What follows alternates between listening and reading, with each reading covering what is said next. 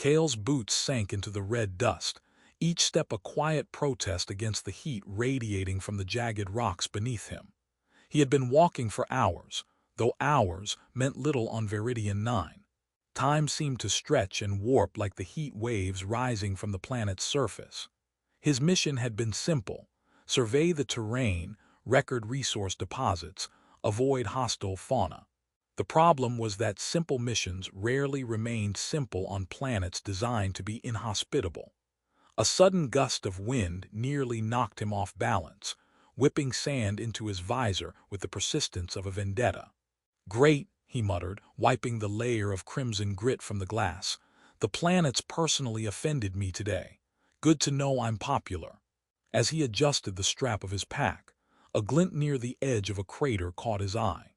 At first he assumed it was a reflection off some metallic debris, but then the shape moved, slightly, almost imperceptibly. Squinting against the harsh glare, he realized it was a figure sprawled near the crater's edge, pale against the crimson sands.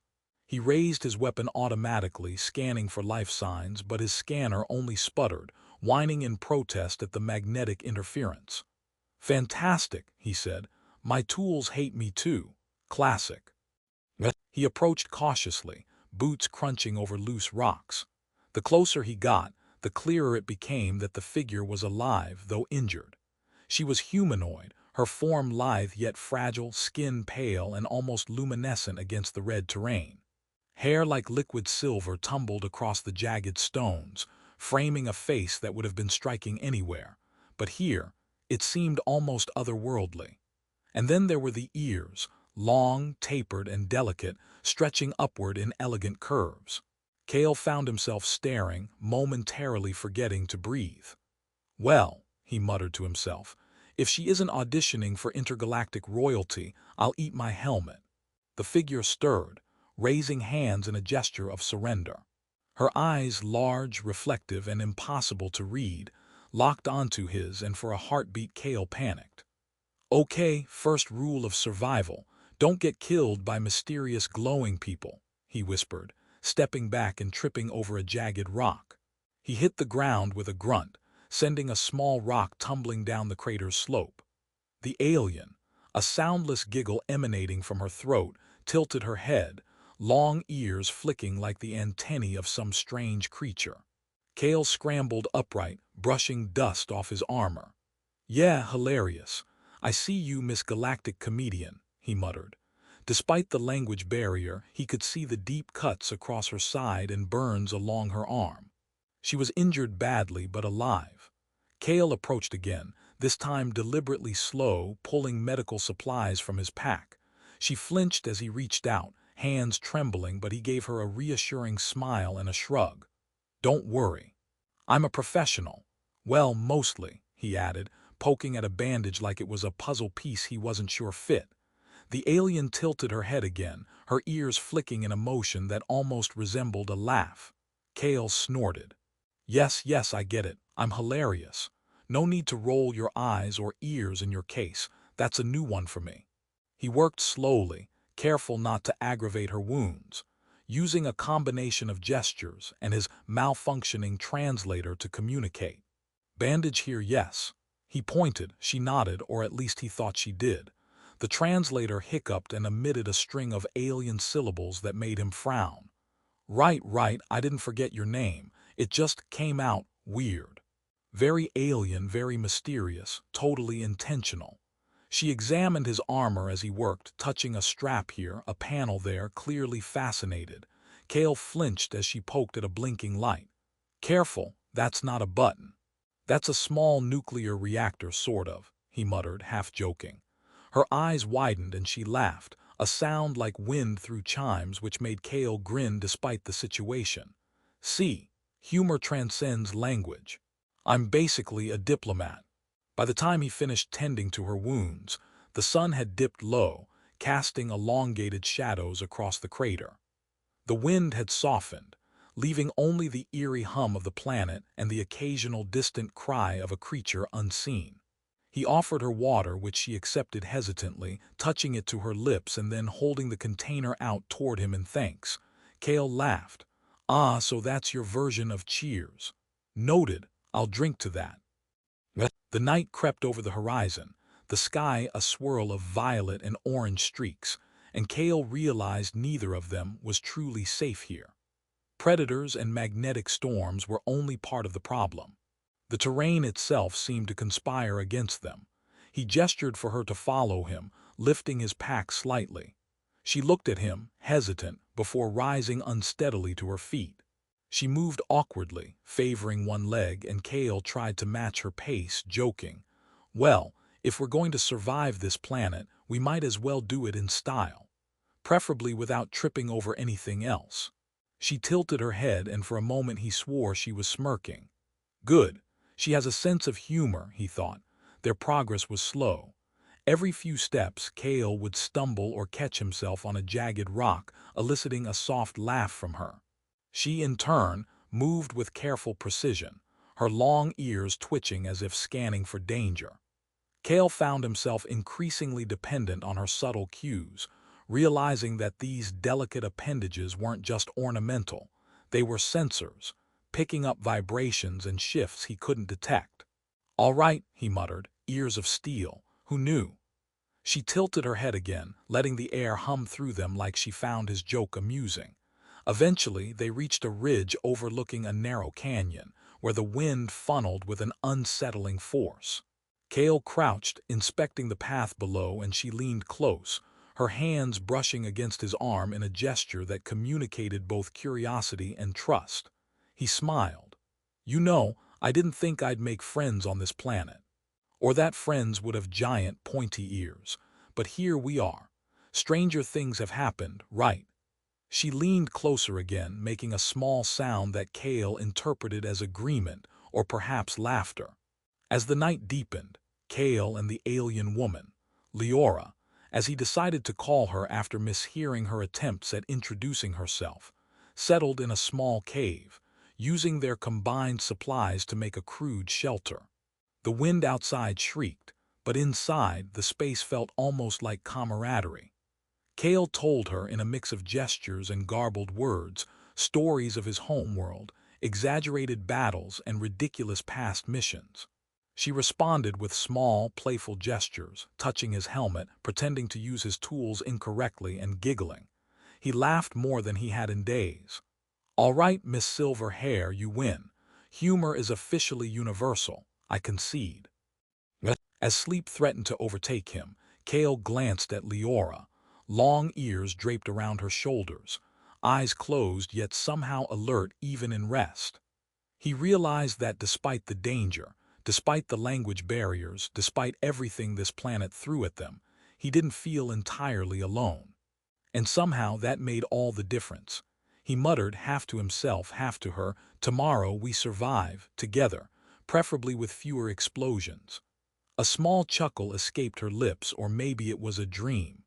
Either way, it was enough to make him grin, even as the wind outside howled across the red sands.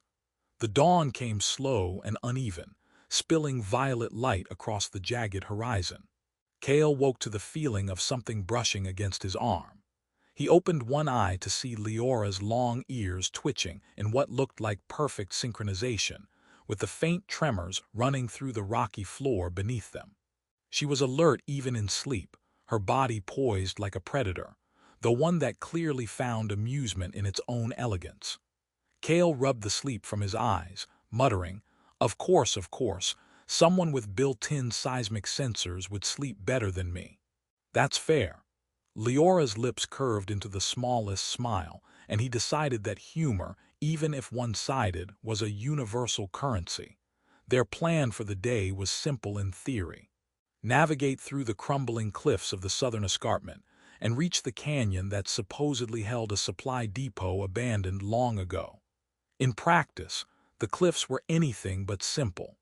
Loose boulders clattered underfoot, magnetic storms warped their equipment, and every so often the wind would snatch the edges of Kale's visor like a playful child. Leora moved ahead, her long ears flicking to detect vibrations imperceptible to him. "Great," Kale muttered as he caught up. "My new guide can hear tectonic plates farting from a mile away. I'm officially obsolete." She shot him a glance over her shoulder, the hint of a laugh in her eyes, and he smiled despite the threat of the next deadly drop.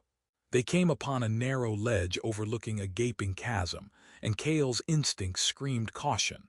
One wrong step, and they would plunge into molten rock below. Leora crouched, pressing her palms to the stone, and let out a sound that resonated deep in the cavern below. The ledge shivered subtly beneath them, but nothing collapsed. "Ah, proof again that having alien radar ears is useful," he whispered, gesturing at her in mock reverence.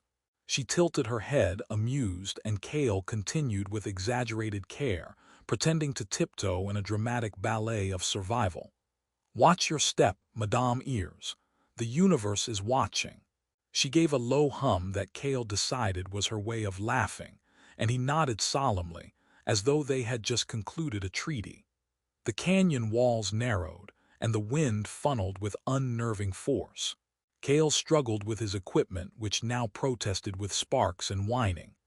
"I swear, if one more thing decides to malfunction today, I'm charging the planet rent," he muttered. Leora leaned close, pressing a hand against a panel that lit in response, her movements precise and fluid. Kale blinked. "Right, okay, I'll take notes. Your species invented a way to talk to alien tech by waving your ears. Noted. Curriculum starts tomorrow." She rolled her eyes, or at least he assumed she did, and moved ahead, guiding him with subtle gestures. The descent became even more treacherous. Kale's boots slipped on loose rock, and each time Leora caught his arm, steadying him with surprising strength. "All right," he gasped after a particularly steep tumble. "This is teamwork. Your ears, I'm clumsiness. Perfect combo."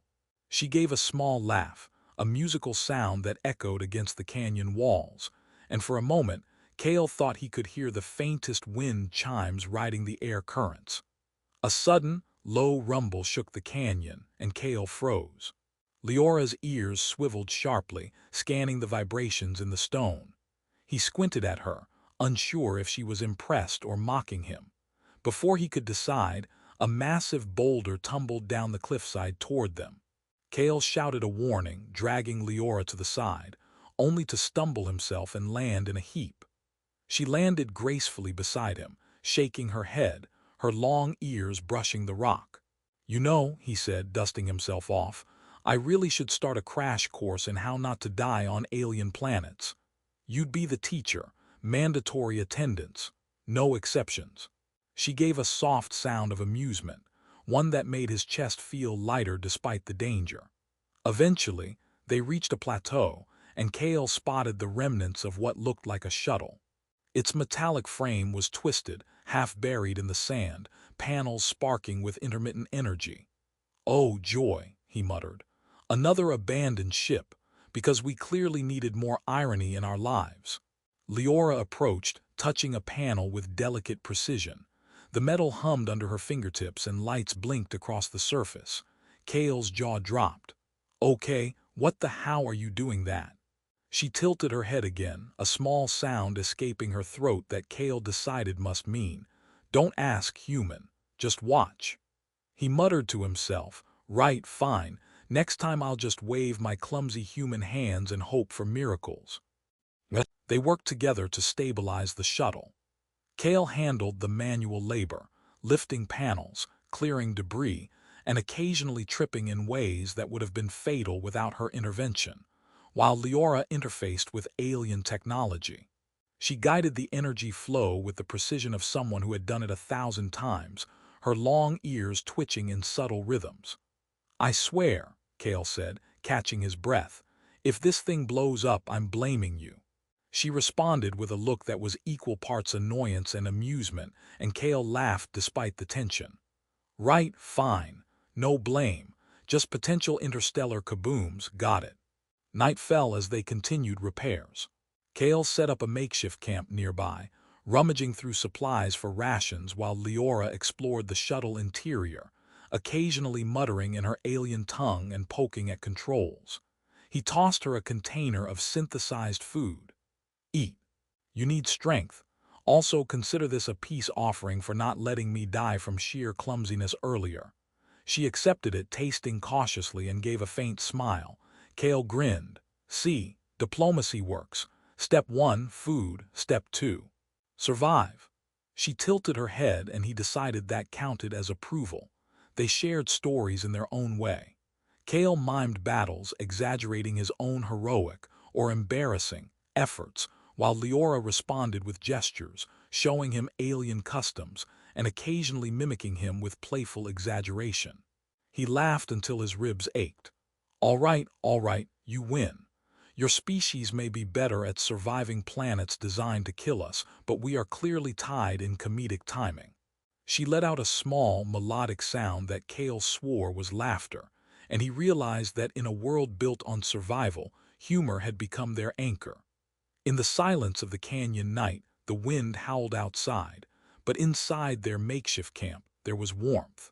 Kale watched her long ears flicker with subtle movements, and he realized he had come to rely on her in ways that went beyond survival. He trusted her instinctively.